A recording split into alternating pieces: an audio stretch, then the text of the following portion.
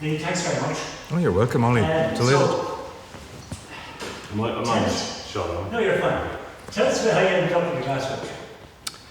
How I ended up in the glass factory? Just let me think about that one now. Where did you go to primary school? I went to primary school in Wexford. Oh. Yeah, because the family moved to Waterford in 1972. So I went into fifth year in De La Salle in Waterford.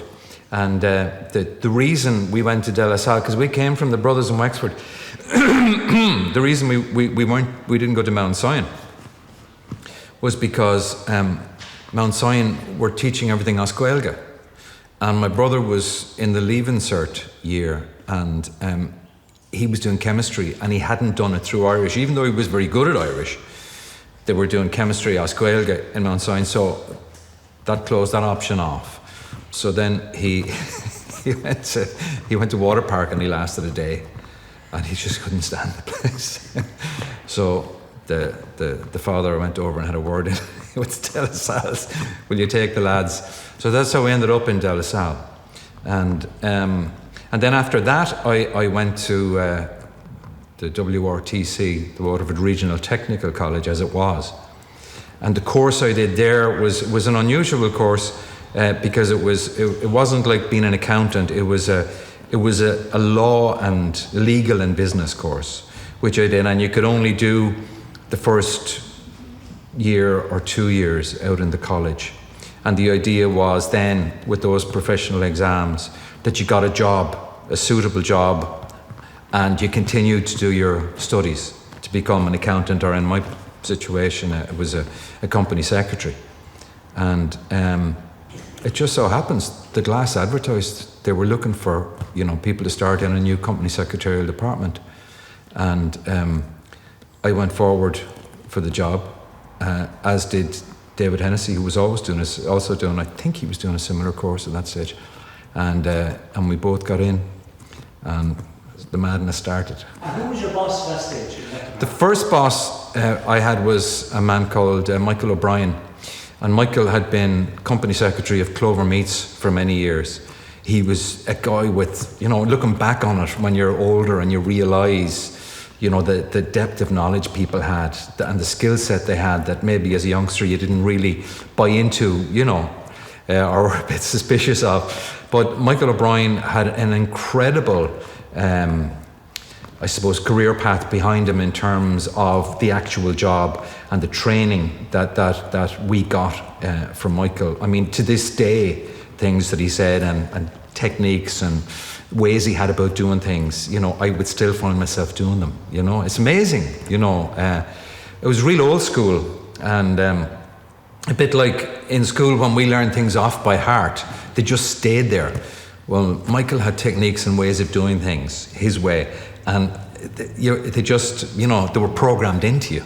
And as I said, even in other walks of life to this day, they still kind of reverberate with me, And this was out in Kilbarry? Yeah, this was in Kilbarry. And the peculiar thing about us was that we weren't part of Waterford Crystal or the glass factory as it was, Waterford Glass. We were actually Waterford Glass Group, because the shareholders had shares in the group, which included at the time Smiths, which was the Renault distributor in Ireland.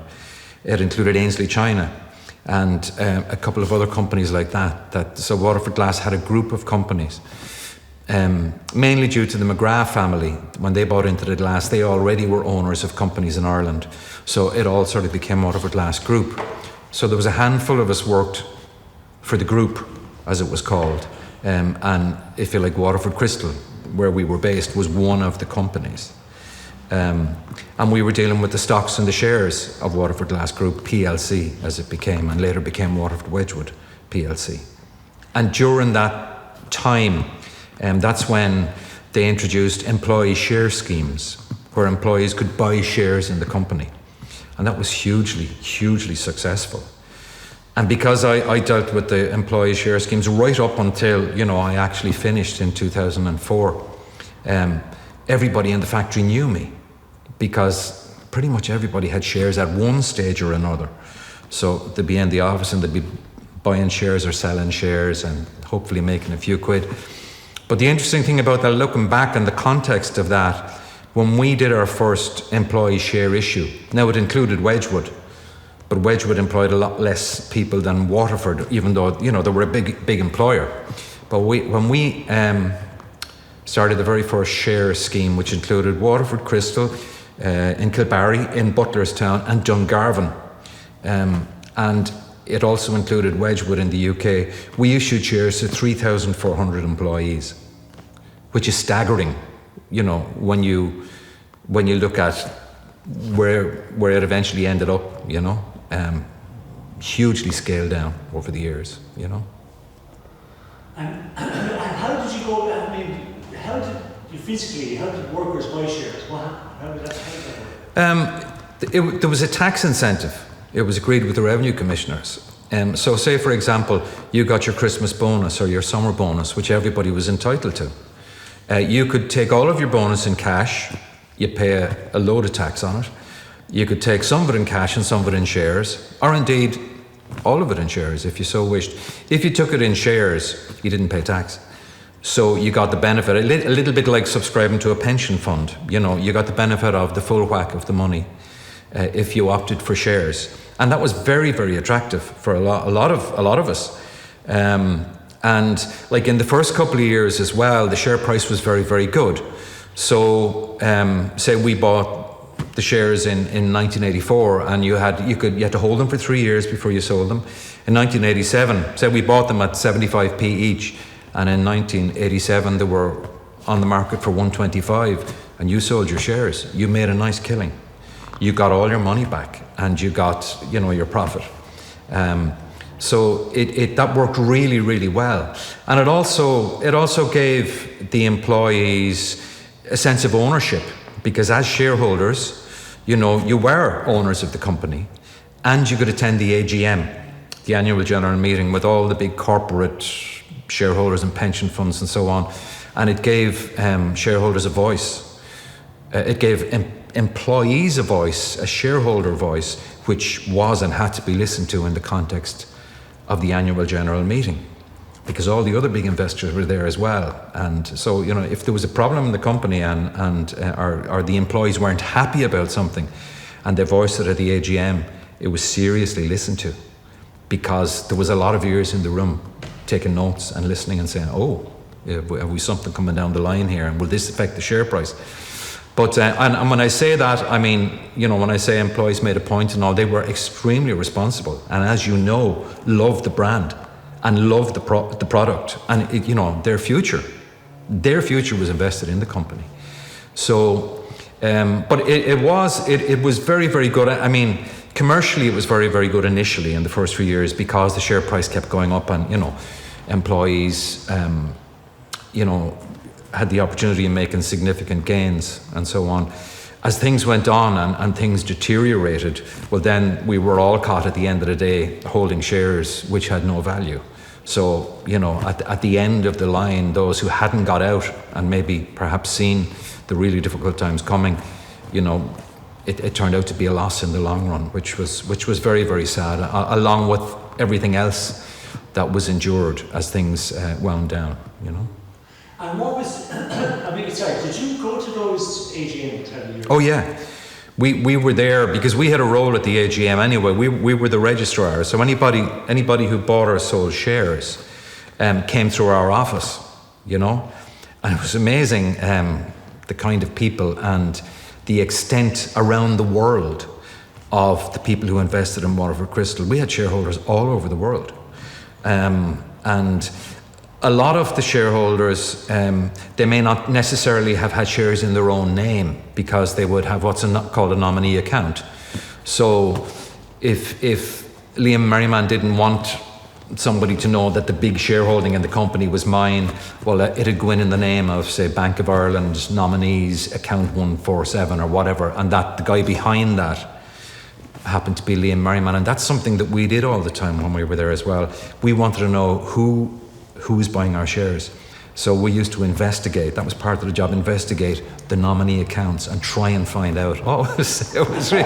How did you find it was real cloak and dagger stuff. Well, you would have contacts in your stockbroking firms as well. And eventually, there became a process where, you could send a letter and they would have to respond and give you some information. But naturally, they didn't want you to know.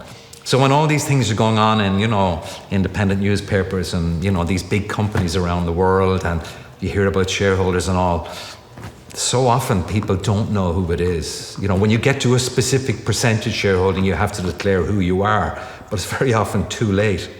But I remember, at one stage, there were some people who held shares in their own name, and I remember at one stage dealing with a transaction for Sir Matt Busby. He was selling his shares. So, when you think of a guy like that, and I was looking at his autograph, Sir Matt Busby, the real Sir Matt Busby. But, there were Waterford Crystal and Waterford Glass shareholders all over the world. And again, it just goes to show you that even before branding was a big issue, we were one of the first international brands that was recognised around the world. Ireland, UK, and particularly in America, and to a certain extent in Europe, because you must remember a lot of the skill base came from Eastern Europe, came from Germany, and came from Eastern Europe to Waterford, and brought the glass blowing and glass cutting skills with them. And we are so grateful to those people, because they created, the magic and the prestige and particularly the employment that an international brand brought to Waterford. And as we all know, back then, if you had taken Waterford glass out of Waterford, there wasn't many other industries that were able to sustain, high levels of employment, with what was considered above average industrial pay. Having said that, it was a very challenging environment. There was asbestos in the environment, the old asbestos cutting wheels. There was lead because you were working with a product that had a lot of lead. So, there was a lot of health challenges that today the approach would probably be a lot more different, in terms of employees' health. Having said that, the company had a fantastic health scheme and free doctors and so on, and there was constant checking of blood levels, for the likes of lead in blood and that. So they were very conscientious in that sense as well, and of course we had incredible initiatives that came from the factory floor, such as building what effectively turned out to be a municipal swimming pool for Waterford City. The corporation never built a swimming pool. There was never a public swimming pool in Waterford. The glass took up that slack, and they built a magnificent swimming pool and sports centre, not just for the factory workers, but, that the people of Waterford, your kids were at school and they could get swimming lessons in the glass pool. So the social impact of the Waterford glass workers was on a massive scale, absolutely. And their charity work to national and international charities is the stuff of legend as well. Incredible work done for charities. And I suppose from my point of view, being a songwriter and being a creative artist and a musician myself, I worked in the biggest creative hub in the southeast, because the level of skill, the level of craft, the number of artisans working in the company, I can't think of anywhere else in Ireland that original handcrafted works of art would, back in those days, before internet or anything else, reached out across the globe and became significant, became a significant product, a handmade product. If it happened today, it would be absolutely phenomenal that a handcraft could reach a global stage like that. And so you think it was taken for granted?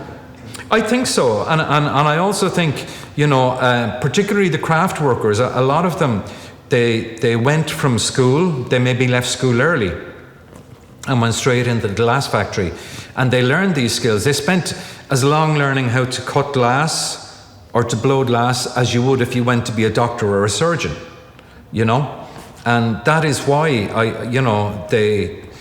there was the rumours that, the Waterford Crystal workers, they're paid a fortune out there, The work they were doing, and nobody ever questioned what a surgeon was being paid, and the fact that they had studied for 7, 8 or 9 years.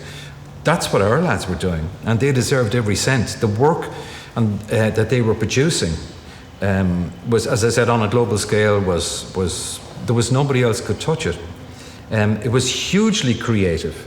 You had the cutters, you had the blowers, you had the designers, you had the sculptors, you had the engravers, and many, many other associated and supporting crafts, if you like, within the craft, the mould making, all those sort of areas, phenomenal creative work, all done by hand, and incredibly highly skilled people.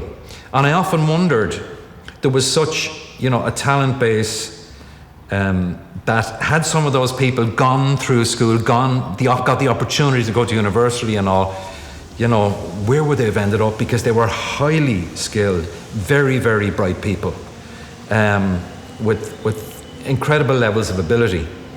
And I remember, for example, in 1994, when the American glass artist Dale Chihuly came to Waterford as part of an international project that he was doing. And this guy, Dale Chihuly, was a glass artist. And he had produced work that was famous all over the world. He was a go-to person. I remember reading about him at the time. Certainly within 10 years, I think his personal wealth was estimated at 29 million. And that was making glass objects as an individual. And when Chihuly came, because I was also, after the shares and that, I was involved in the intellectual property, the trademarks, the brands, the patents, the inventions, all that sort of stuff. So as a result of that, when Chihuly and his team were in Waterford, I was able to get close to them. I was able to go down and be with them and meet them and watch them. But what struck me most about Chihuly and his team was, their respect, their reverence, their astonishment at sometimes on what our blowers and cutters could do, and sculptors and so on. They were just blown away by the ability of the guys blowing the glass and so on. They were absolutely blown away. And these guys were doing commissions for the like of Robin Williams, for his house. They were doing commissions for big corporate institutions right around America and around the world. And they were looking at these guys working as factory workers who were pure artists, glass artists. And they knew they were as good or better than their people, and they were learning from them. But the respect they had for those guys, I'll never forget it. It was a great sense of pride to see these guys flying in, with the bells and whistles and the flags. And they immediately recognized that they were in a huge creative hub, and that they were going to up their game by learning from the craftspeople of Waterford Crystal. And that's how good they were. That is how good they were, and how important the craft was internationally. And I don't think we ever realised, the importance of that, and the impact of that. But to this day, even if I'm in America, even I'm over there doing a bit of music or whatever, and Waterford Crystal comes into the conversation, people ask you about it, and people are interested, and they all have a piece or know somebody, so it's a bit like Irish music, everybody loves Irish music, everybody loves Waterford Crystal as well, But I mean, that kind of artisan kind of, artistic kind of thing that he brought from America, there was none of that though here. I mean, it was very much kind of a cut crystal machine. Yeah. A very big operation. That's right. One particular. Did you think that they made a mistake not to go diversify into other areas? Or? Yeah, absolutely. And at the time, after Chihuly, or during and after Chihuly, myself and one of the corporate lawyers, Tom Finn, and as I said, we were involved on the intellectual property side at the time. And, in speaking to these guys and realising what was going on out there in the world, I remember we put forward a proposal that you take some of the guys that Shahuli and his team were genuflecting to. And you give them a space in the factory and just say, make whatever you like. Because one-off pieces like that Shahuli was making were fetching $250,000. So we were saying, look, take these guys and just give them a space. Because, again, struggling for ideas and so on at the time to try and help the company, but the idea wasn't pursued, I'll put it to you that way. But, we certainly had the skill level to compete and to be recognised. More or less gone. Yeah, it is. Like I've been down in the new setup, and it's great to see. They recently, I think, began training. A new era of cutters and blowers, which is really, really important because the wheel may come round again. And Waterford will always be associated. And I know a lot of our product is now made in Eastern Europe and so on. Which is sad because that's purely for financial reasons, for no other reasons. And at the end of the day, you wonder, is there a gain? Is there, what is the gain? What is the loss? Of course, it's easy in hindsight to look back. But I was very, very pleased in the last couple of years to hear that they were bringing forward new trainee craftspeople because it's a skill set you can't let go. You really, really can't let it go. Just the relationship between the glass workers, the craftspeople and all that, and the office people, what was the relationship like? It had its moments, there's no doubt about that.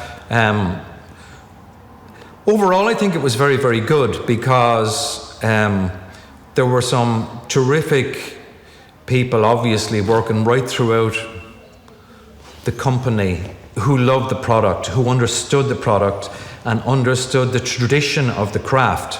And when I say the tradition, I mean the families as well as everything else who had built the craft in Waterford and what it meant to them and what it meant to them and what it meant to the city and what the pride of the people of Waterford in Waterford Crystal and in the craft. So there was a lot of good guys, if you like, on both sides that were on the same page and wanted the company to be successful, wanted the problems to be resolved. But then you had the vulture element as well. We now hear about vulture funds and so on, coming in and buying up stuff, properties and so on. Well, there was an element of that came into the mix. And they've only one thing in mind. They're not interested in the craft. They're interested in selling product, and you made the point that when Shahuli and his team were here and they were, our lads were making product, whereas they were making art, because we had to sell so many products and produce so many items, and so on. But that was, the art side, I think it probably took a bit of a blow and it just all came down to pound shillings and pence and piece rates and so on. And of course then the vulture approach, cut back on the piece rates. So, if you were producing a crystal vase, you had the blowing of the vase and you had the cutting of the vase and so on.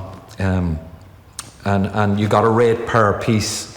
So then you reduced the piece rates. And there was a lot of pressure put under people. And in fairness to them, the employees across all levels, both in factory and in the office, we all had to take cuts. And we did because everybody wanted the problem to fix and that we could steady the ship and move forward, But yeah, there was difficult times. The factory workers were very fortunate. They had some terrific leadership in the factory and some terrific union leadership who I have to say were well able for the vulture element and so on. They were very well able for that because again I later moved on into a HR role and I would have attended some meetings where things were being negotiated and that, and I was just hugely impressed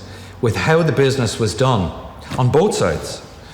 But there were some incredibly bright minds working and representing the workers. And mind you, they needed that because they would have been walked all over, I think, in some instances.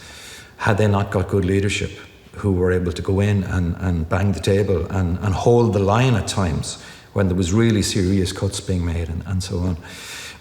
So, things could be difficult. And of course, don't mention the war, but the time of the strike, that raised an awful lot of tensions. And it was, as you know, the glass factory, like Guinness is in Dublin and craft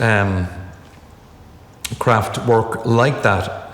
As we mentioned, it was a family tradition, and you had many members of many families, and of the one family employed in the company, some of whom may have moved on to office type and management type jobs by virtue of the fact that they were promoted up and became, say, a manager of cutters or blowers, a manager, designer and so on, and they then, became part of the payroll, effectively, the management in the office payroll, and that was the difference. So when things got bad and the workers had to step outside the gate to stand up for their rights, you literally had brothers and sisters, having to cross pickets and all, and that was a very, very difficult time for everybody. Very, very difficult time because I suppose really up until the time that the McGrath family, were bought out and left, it really was a family type business. It had retained that, even though it was a vast employer. And the family was not just Kilbarry, it was Butlerstown and it was Dungarvan. We were all family, and we were all well aware of our counterparts and associates and so on in Dungarvan and in Butlerstown. So, it was a very, very difficult time in the strike, obviously, coming up to the strike and post-strike. But, after the tidal wave of the strike, if you like, and things all settled down, like everybody just rode in again together and put the bruises and of the past behind them and really again with this desire to get the ship back up sailing again, and everybody was so conscious of the importance of the factory in terms of the Waterford economy, and there were difficulties, and we got on with it, and right up to the end. I mean, that time at the very, very end there, when the glass workers barricaded themselves into the office block. I mean, that was incredibly difficult. And I had left at that stage. It happened afterwards, and it was just tragic, heartbreaking to see what was going on. And we went in as musicians at that point. We used to go in and entertain the workers who were living and sleeping and eating in there. And it was just heartbreaking to see it beginning to slip away and to see what it meant. And it wasn't just that the craft and so on was slipping away. What was also slipping away was people's pensions and people's future, and pension funds they'd worked and contributed to, some of them for more than 40 years. And they were confronted with a situation now where, well, it's all over. Everything's gone, So very, very difficult. And what do you say, What do you say? And looking back, would you have seen, I suppose, the demise of the company earlier in your head? Did you see, you look back and see things. Was there, for you, was a lot of warning signs coming up? I suppose there was a reflection of how the company was perceived internationally, and maybe stuff we didn't see through shareholders in terms of share price, who was selling. Were they huge? Because if somebody put a load of shares on the market, the price drops. It's like everything else. If somebody puts a load of bread on the market, the price for bread is going to fall because there's too much supply.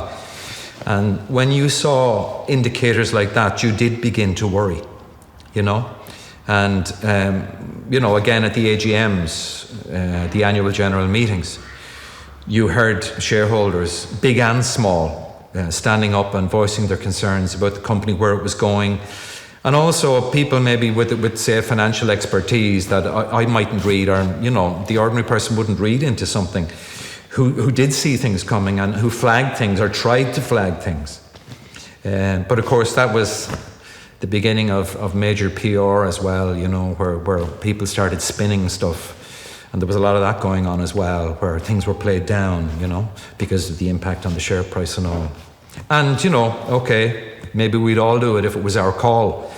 But as I said, they were the kind of indicators that you could see, and obviously talks of, you know, another phase of redundancy and so on. And when you see that coming in, you wonder, where is it going to end? Where is it going to end? You know? And of course, the fact that the marriage of Waterford and Wedgwood, which looked like a marriage made in heaven, it kind of hit the rocks as well. The idea was perfect. Wedgwood was huge in the Far East, Japan. We were huge in America. So you marry the two brands, you know, and we bring the brand into the United States. The Wedgwood, we raise the profile of that sitting beside the big brand Waterford, and they bring the Waterford brand into Japan. And it should have worked, but it's just one of those things that didn't work. Had it worked, maybe we'd just be we'd be working on a massive scale today. But sadly, the what ifs will always be there, won't they? Yeah, I mean, it's a sad story, really, the whole thing. And, you know, we're sitting here now, and so. Yeah, it's like, you know, the demise of a family member in one sense, you know, somebody who had huge impact in the community, somebody who was loved, and somebody who brought great things to the community. And there was also various hardships along the way, but that's life. There's the ups and downs. But overall, the impact on Waterford and Waterford people, when you look back on it, was extremely positive, and a huge sense of pride. And I think it's sad to see that being so diminished as well. You know, we had a huge sense of pride in our workers. And I think a point, you know, made in this conversation today, of course, is that, you know, they were, I suppose, in a general sense, it was factory workers. But in a very specific sense, it was glass artists and craftspeople and artisans of the highest level that you can get on the planet. And we probably didn't fully appreciate that at the time. Certainly, the big corporations that were buying in, they were buying into a factory. They weren't buying into, you know, artistic output and so on. And perhaps if they had seen that side of it a little bit more, it might have changed the aspect. And, well, who knows? Okay, thanks very much. No worries. Can we get you to do songs? We'd love to. So, before we start with a couple of songs, would you just tell us, how did you get into music? How did I get into music? Yeah, playing. Yeah. Jesus, that's a big one. That's even bigger than the glass. Well, I suppose I started in music. I always sang. I always loved singing, listening to the radio, and very, very lucky in school with the Christian Brothers. They had an incredible love for singing and for music. So, you know, there was, every class in a sense was a choir. We all did singing every week. Learned some beautiful Irish songs, which of course the brothers were very much into promoting the Irish language. So developed an early love for songs, you know, Aran as Gaeilge, from a very, very young age. But of course, I was lucky enough to be growing up, you know, at the time of the Beatles and Bob Dylan and all those fabulous pop bands. And so that was the music on the radio. And so that really attracted me to music. I have a very early recollection when my mother went in to hospital, I think, to help either the younger brother or sister. And I was being minded in my uncle's house, myself and my older brother. We were in the uncle's house, and I remember one morning sitting at the breakfast table, and he was boiling eggs for us. And the radio was up on a shelf above the table. And I remember stopping, and I can still see the moment, stopping and looking up at the radio, because there was a sound coming through it I'd never heard before. And I remember being rooted to the spot. And the sound was George Harrison playing the sitar on Norwegian Wood, the Beatles song from Rubber Soul. That was a decisive moment. I also remember another decisive moment in the schoolyard when I was in first year. And like with boys' school, Christian Brothers, you never saw a girl in the yard. Never. It didn't happen. Excuse me. Beautiful summer's day. And I went out to the schoolyard, and there was a girl in a red mini dress with a guitar lying up sitting on the ground, back against the school wall, with some of the big fellas with her. Now, the big fellas would have been 14 or maybe 15, because when you're 13, a fella 14 is a big fella when you're in school. And she was sitting, guitar on her lap, and she was singing "Yellow is the colour of my true love's hair in the morning," Donovan. And that was a moment where I remember just looking at the guitar, looking at her. She was beautiful. It was a sunny day. It was hippie time. It was all there in front of me. And I thought, that's my instrument. I need to get a guitar. And I did. I got a guitar. And I started. And I was lucky. I had an uncle who was a folk singer. He was based in Wales. And he would come over and he'd give me a little guitar lesson. And he'd send me, the words and the chords of "The Sound of Silence" and "The Streets of London," and those kind of songs, and that was the start. That's what the song you're going to play do now. Well, it's interesting, we were talking about the glass factory, and it almost seems like it was another lifetime. And so this particular song is called 100,000 Years Ago, and the idea is that we've lived through several lifetimes, reincarnation, we've lived through several lifetimes. And I suppose in this current life, I've lived through a few different lifetimes, working in the glass factory and now being full-time in the music and so on. So this one is called 100,000 Years Ago. And just one little story about the glass factory. When my eldest son, Mark, had started school, and the teacher, she went around the room one day and she asked all the boys where their daddies worked, because not many mammies worked in those days. And he went around, and Mark stood up and he said, "My daddy works in Waterford Glass." And the teacher said, "And what does he do in Waterford Glass?" And Mark said, "He's a singer." Which I think just about summed it up. So I've always been a singer in Waterford Glass, 100,000 years ago. Oh yeah, no worries. So I need to put this on you because I can't pick up your voice. So stand up. I'm going So where I am, you're going to come closer. I'll have on you just because the arrangement of everything at the moment, I can't get the vocals nice and clear. Right. So that's just picking up too much guitar. So it says, Right, okay. I'll lighten a little bit on the guitar as well, because I know, you're sticking jeez, we're going serious now. So hopefully this will kind of just pick up the vocals a little bit louder. Sorry as well for the delay, Ollie. But I don't think you'd be happy if I misrepresented you. No, indeed. No, you're talking to a singer in Waterford Glass now. You won't need to be careful. If you can edit out that terrible cough I did in the middle of that as well, I appreciate it.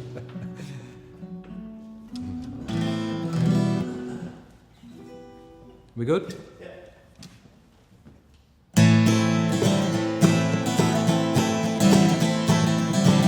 100,000 years ago, we were standing here.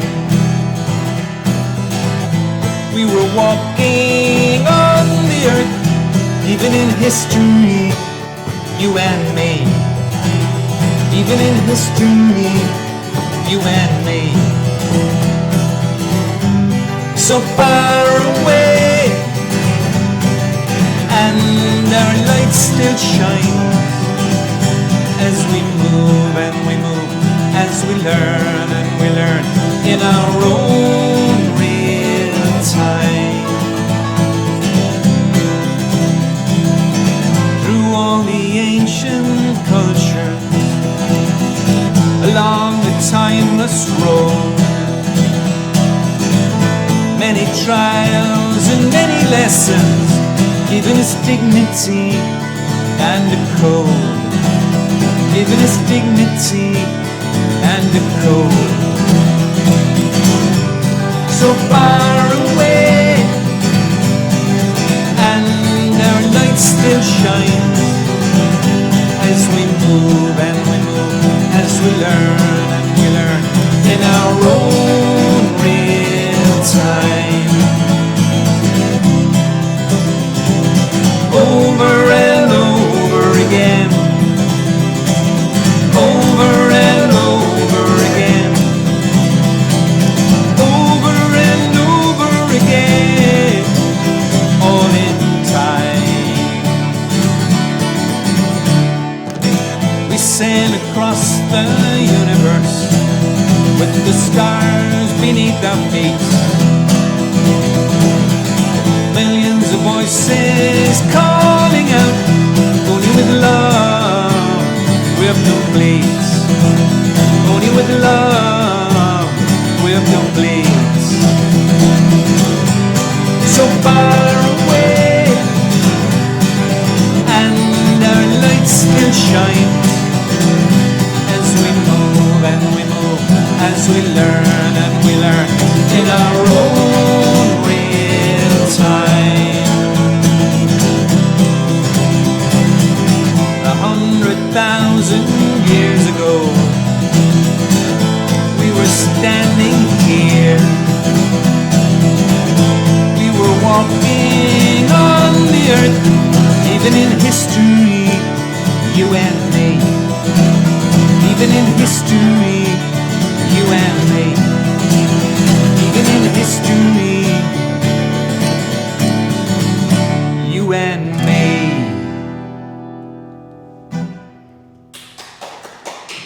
Yeah. That was lovely. Will you do another one? Yeah, we will indeed, yeah. I will have to run off through this. So No worries. Apologies. Thanks very much. Thank you. Ollie, if you I've want never us seen to, you together, so yeah, it's if you want us to talk to your songwriters or anything at any stage, give us a shout if you think it'd be helpful, you know. And what's the number you're going to do now? What's the next one? What do you think, Girl on a Trainer? It could be so good. I'm easy. We could do a finger picky one just for contrast. Yeah. It could be so good. We try Yeah, that. okay, So sorry, Keith. You're good, you're fine. I'll take this once you're back. Once you're gonna stop. Yeah, you know, given the experience being over and back to Nashville and everything, you know, they might find it interesting. If there's ever something that'd fit, just let us know.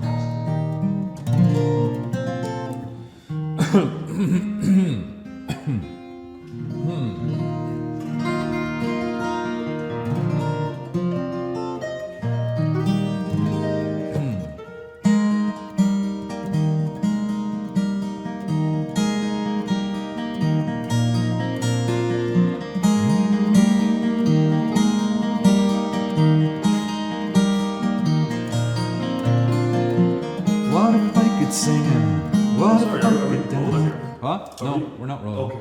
Are we rolling? I'm still rolling, but if you don't want to do that as a take it. Oh, yeah, no, I wasn't, so I thought we were just. Oh yeah, no, I'm rolling. Is your tuner on, is it? Oh, sorry.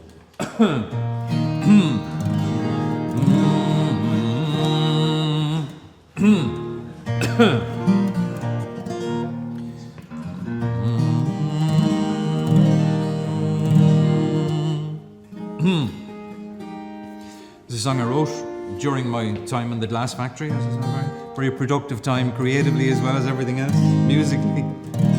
It's called It Could Be So Good. 3.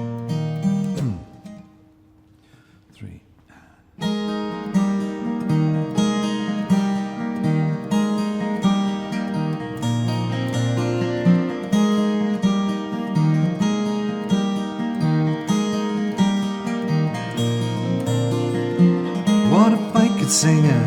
What if I could dance? Would you play in my band? What if I could power? What if I could reap? Would you work on my land? It could be so good. It could be so. Show me the roadway that I gotta go. What if I was rich and drove a fancy car, had a house on the hill, bought a sailing boat and sailed away with you, and we were sailing out there still? It could be so good, it could be so. Show me the roadway that I gotta go.